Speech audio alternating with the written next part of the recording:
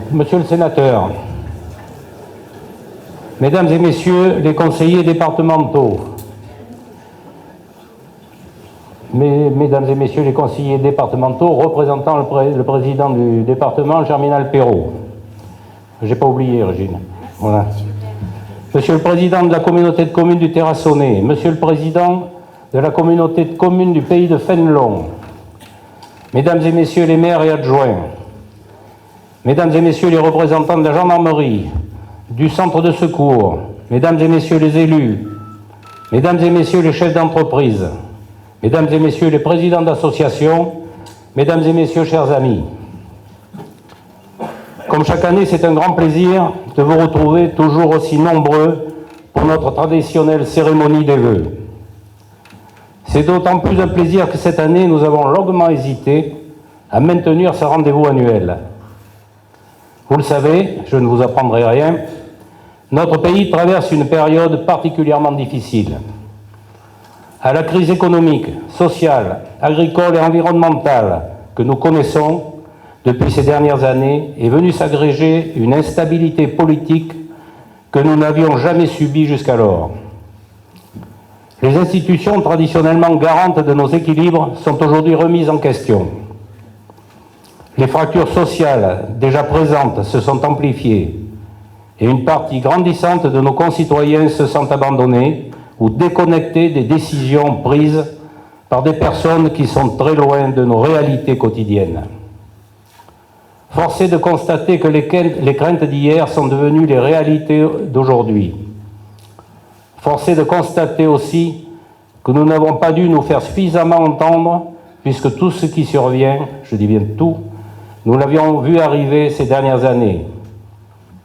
La multiplication des budgets en déséquilibre, le recours massif à la dette qui a atteint plus de 110 milliards d'euros en 2024, des charges non maîtrisées, mais aussi et surtout, et c'est plus grave encore, l'amputation de l'appareil productif français. Qu'il soit industriel, commercial, artisanal ou agricole, c'est la disparition progressive de tous ces emplois qui étaient jusqu'alors présents sur nos territoires, qui les faisaient vivre et qui les animaient, de tous ces emplois qui faisaient la force de la France, qui faisaient de notre pays l'un des fleurons européens dans bon nombre de secteurs stratégiques.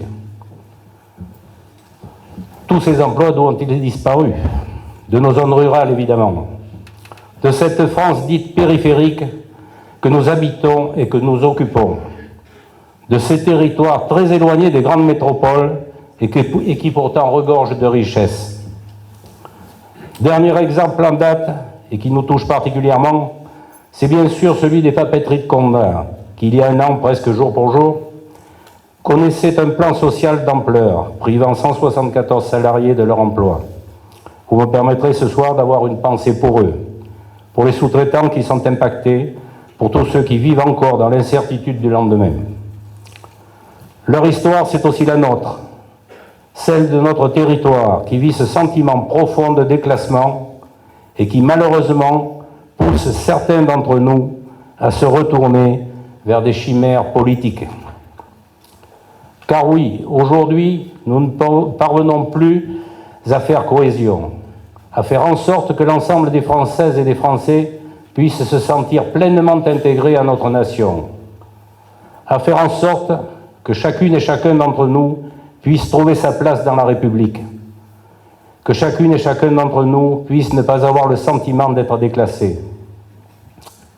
Malheureusement, depuis nos territoires, nous avions perçu ce qui est en train de se produire. Nous l'avions senti arriver, nous avions alerté. Nous tous, en nos qualités de chefs d'entreprise, de commerçants, d'artisans, d'agriculteurs, de professions libérales, de représentants associatifs et d'élus locaux, nous sentions bien que la stabilité qui était la nôtre jusqu'à présent était en train d'être remise en cause. Que les repères que nous avions n'étaient plus ceux qui allaient nous permettre de construire notre avenir. Nous percevions qu'une part croissante de la population vivait dans son quotidien ce déclassement réel ou ressenti, et qu'un mur était en train de s'ériger entre des décisions très centralisées et une réalité territoriale bien différente. Nous percevions bien qu'une France d'opposition était en train de se constituer, car nous, élus locaux, sommes bien souvent en première ligne pour répondre aux interrogations, aux colères et aux attentes de nos administrés. Pourtant, à certains moments, notre pays est capable de se retrouver, de faire corps. La preuve l'an passé, autour d'événements exceptionnels, joyeux, tels les Jeux Olympiques, ou plus tristes, mais enthousiasmants, telle la reconstruction de Notre-Dame.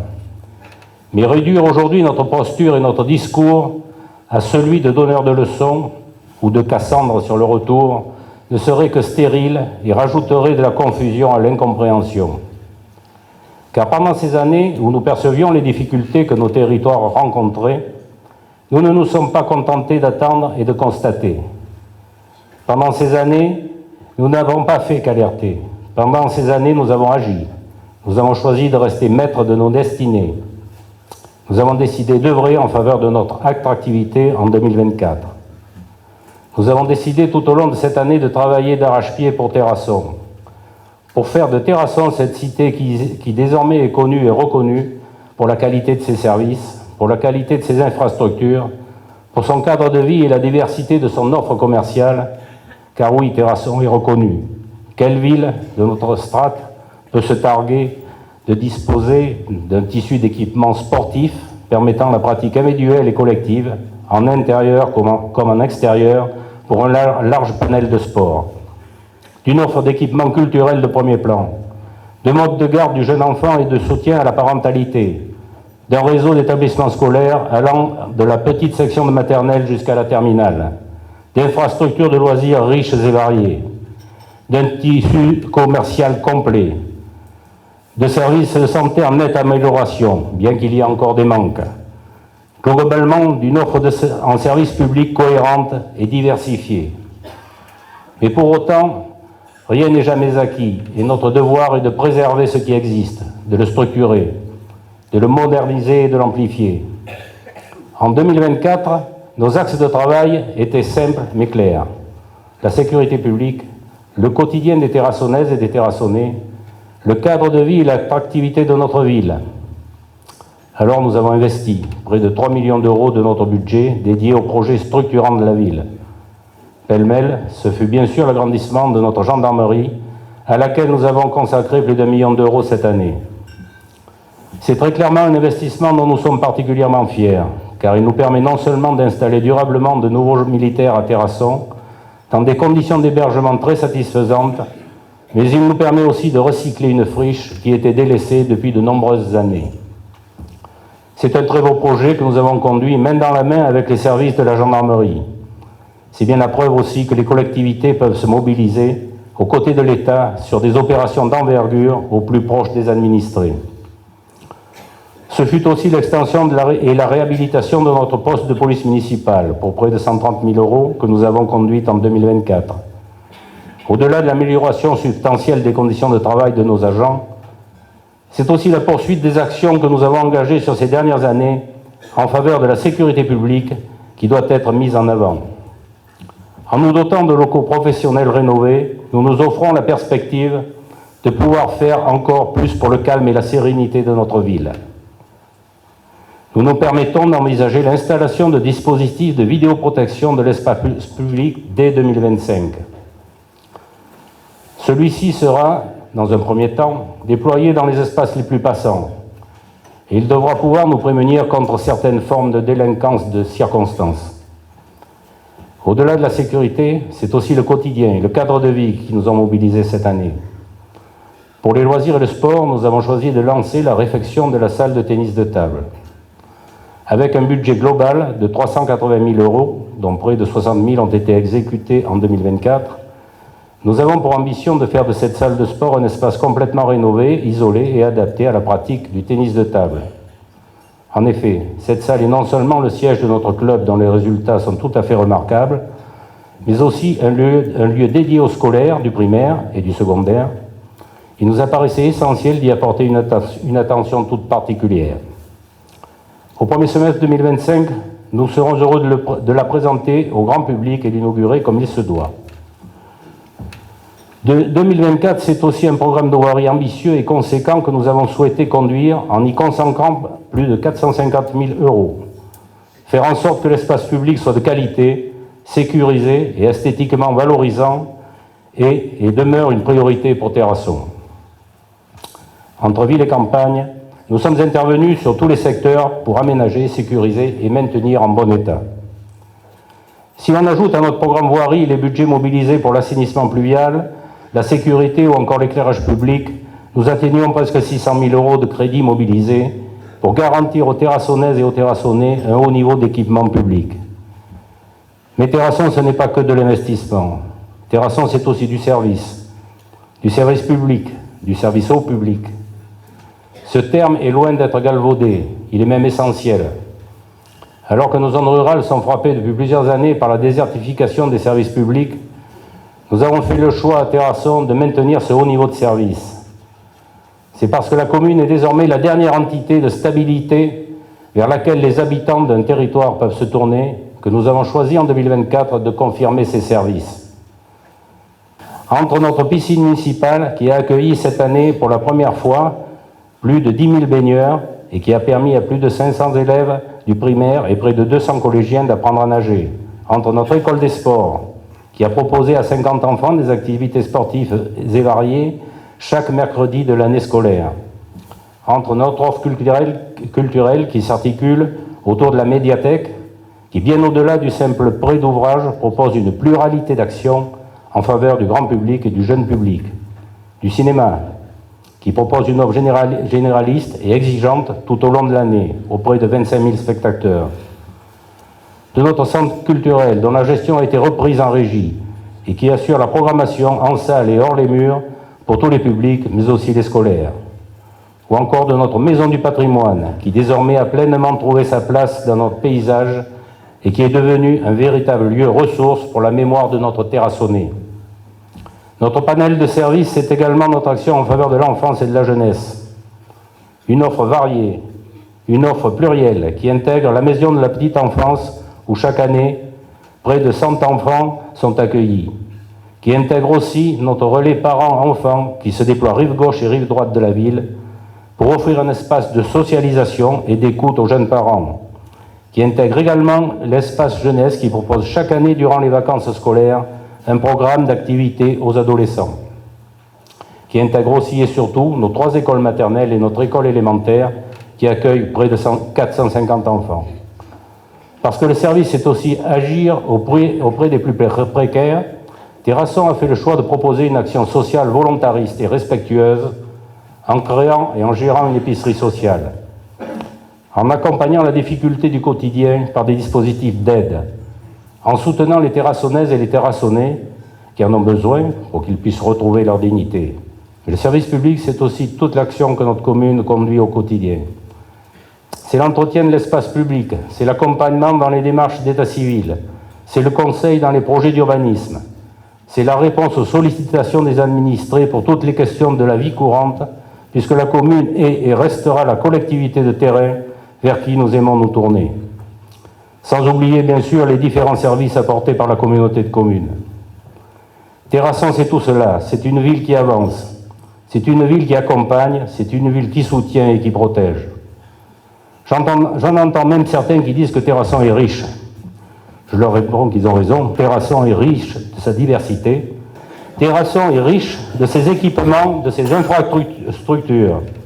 Elle est riche de son tissu économique, de ses chefs d'entreprise, de ses artisans, de ses commerçants, de ses agriculteurs, de ses professions libérales, de ses fonctionnaires.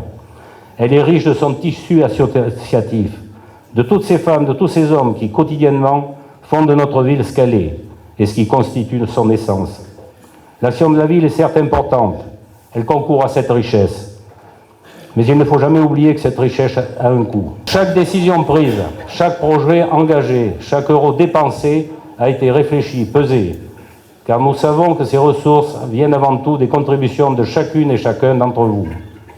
Et parce qu'il s'agit d'argent public, il nous oblige à une gestion qui ne soit jamais légère, jamais inconsidérée.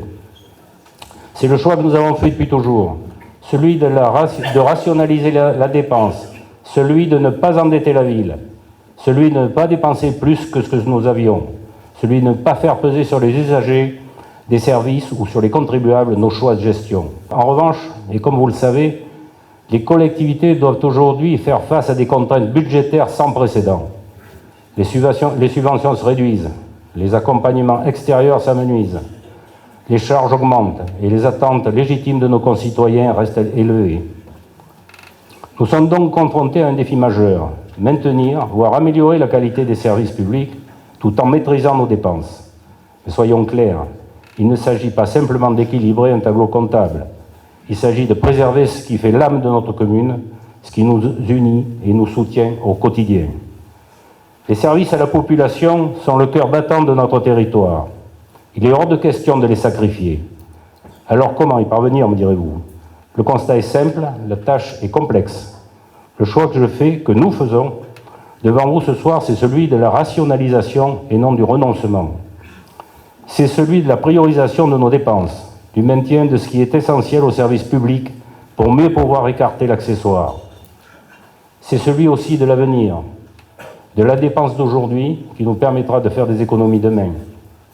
Un plan d'investissement dans les énergies renouvelables est en cours. Il sera présenté cette année.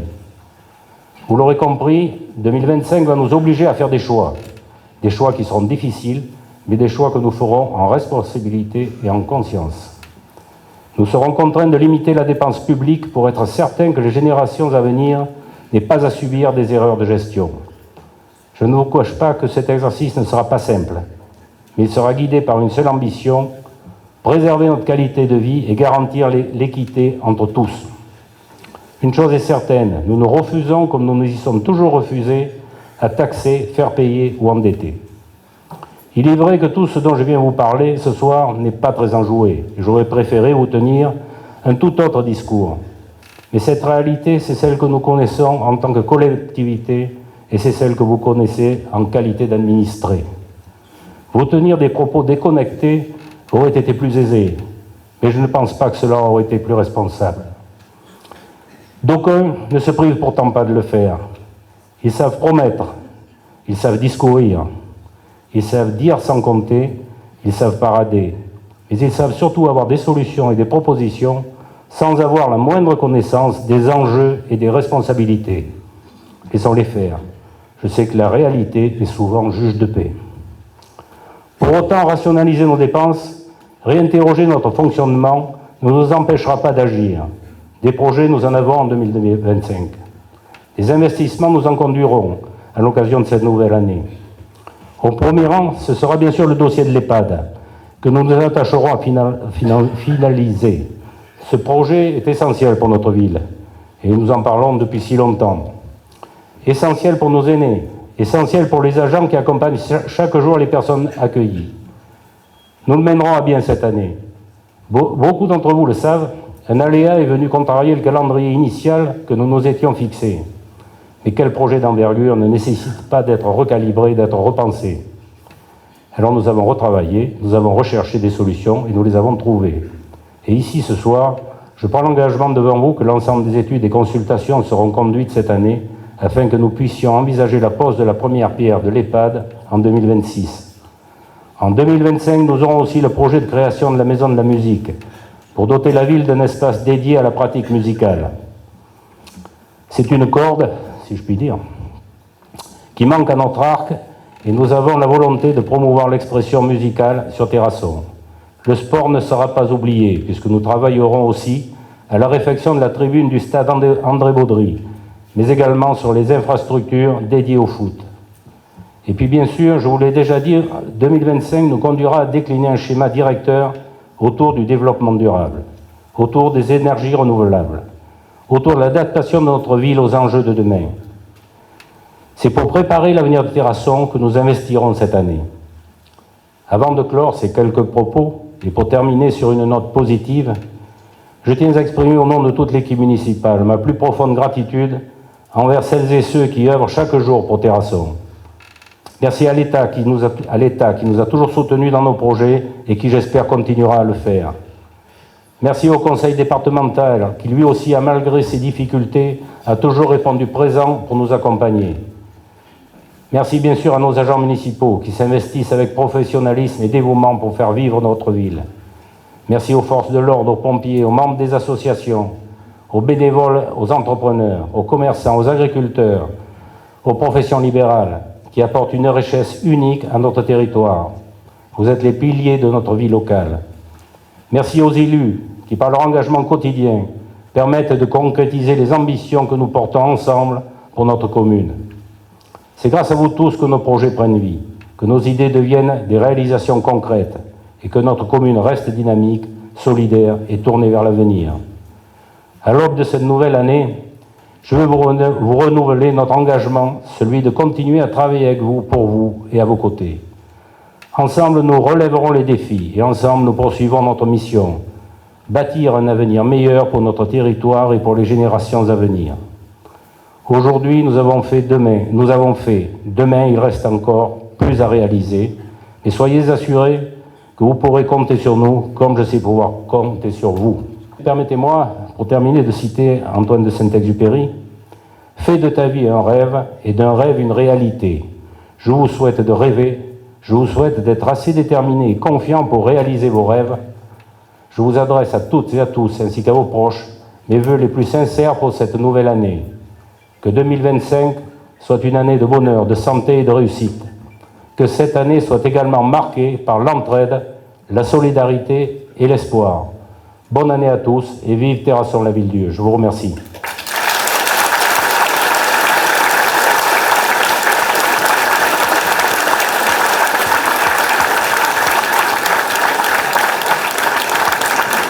Merci.